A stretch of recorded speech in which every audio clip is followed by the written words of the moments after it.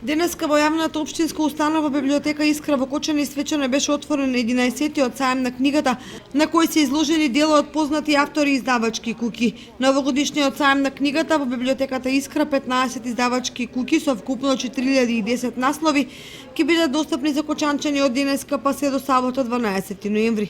Сајмот на книгата можам слободно да кажам дека е една од поголемите културни манифестации во нашата библиотека, една од поголемите манифестации во рамките на месецот на книгата, а и поголема културна манифестација воопшто во градот со оглед на посетеноста и интересот од страната на граѓаните. На сајмот, како и досегашните години, присуствуваат најголемите издавачки куќи од Република Македонија и најреномирани: Матица македонска култура, издавачката куќа 3, Наша култура, Просветно дело, Феникс, Ѓурѓа и уште неколку. Вкупно 15 издавачки куќи имаме.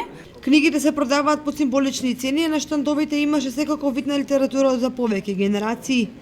Еве денес на сајмот во Кочани, пред читателската публика во Кочани, сакавме се представуваме со проектот 130 тома македонска книжевност, кој се по доста символична цена, само од 157 денара. Значи секој наслов, секоја книга е 157 денари. Имаме намногу филозофски, љубовни романи, мистерии, имаме од руски писатели.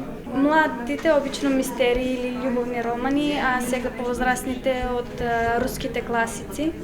По свеченото отворање на сајмот на книгата, авторот Миче Димовски пред читателите од Кочани го презентираше сопственото творештво.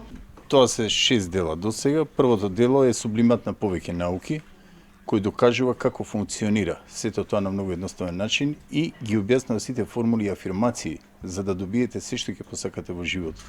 Значи се зависи од нас самите, од некој друг. Втората книга, Вистината за вечноста, е дело во која се објаснува нашето постоење, значи вечните филозофски прашања, кој сме, од каде доаѓаме, зошто сме тука и каде одиме. Дали сме бесмртни, дали постои душа и така натаму. Таа книга е осознавање на нешто што е вечно филозофско прашање, дали постои живот после смртта, дали постои душата. Третата книга е една интересна љубовна приказна во која се објаснува креирањето во колективната свест.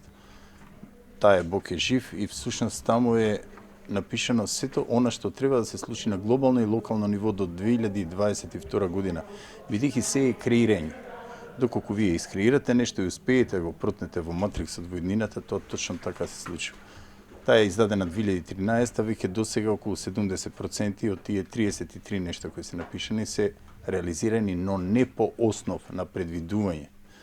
Како Нострадамус или Вања, ова е чисто наука, значи по основ на програмирање, креирање, односно тоа го нарекувам фотографско-лингвистичко невропрограмирање.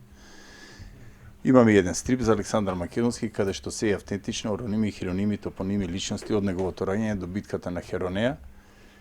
И имаме Тајната на писателите, која сега беше издадена пред 2 месеца. Значи тоа се тајни како да се напише дело, да се поедностави сето она што некој сака да го направи во својот живот. 11-тиот сајм на книгата е една од најзначајните културни манифестации во Кочани, а се одржува во рамките на месецот на книгата. Сајмот ќе работи секој ден од 10 до 18 часот.